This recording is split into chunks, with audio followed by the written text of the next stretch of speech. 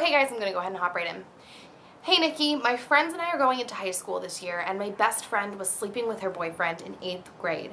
Now they're broken up, and she says she's moved on, but I know she hangs out with other guys, but when she finds out that he hangs out with other girls, she gets mad. How do I tell her to stop stalking him since they're not together anymore, because I don't want to hear about it anymore? Plus, I think she should have never slept with him, and that's what led to their breakup. Okay, here's the thing. I already told you guys my view on, sex and when you should have it and stuff like that, but I firmly believe that having sex in 8th grade never, ever, there's a car driving by, never turns out well. There's no way that that 8th grade boy you're sleeping with is mature. You may think with everything in you, a car's driving by, that you've got it together, that this boy is so mature and that he's different. I promise you he's not, because on top of the fact that you're in 8th grade, boys are also, maybe I'm making this up, but I thought I heard somewhere that they're actually 2 years behind developmentally, like physically and stuff like that.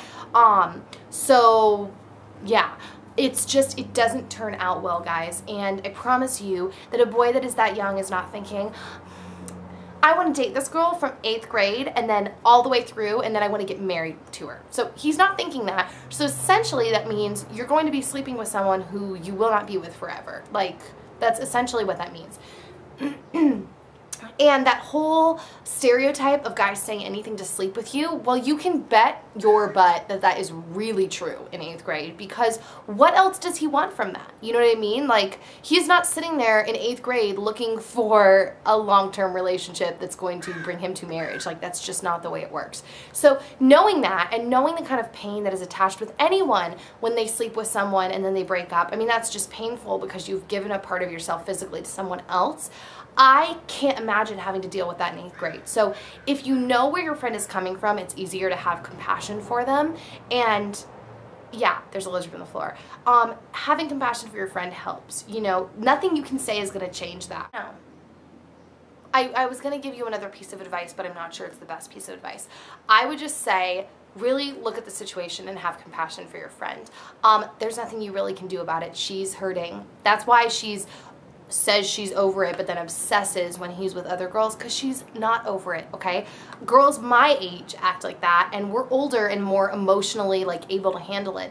I cannot imagine being a 13-year-old girl trying to juggle that kind of emotional craziness. I couldn't. I could barely juggle schoolwork and friend crap that was going on in my life at 13. Nonetheless, sex with a boy, that's crazy. So you have to have compassion for your friend and just deal with it. Obviously, if it becomes too overwhelming, and you can't take it anymore, you may have to part ways. But honestly, I almost feel like going to her and saying to her, hey, don't talk to me. I mean, you could say it in a nice way. You could say, hey, it's really hard for me to hear you upset over your ex because, I know you're hanging out with other guys, and it's just really, it gets tiring to hear the same thing.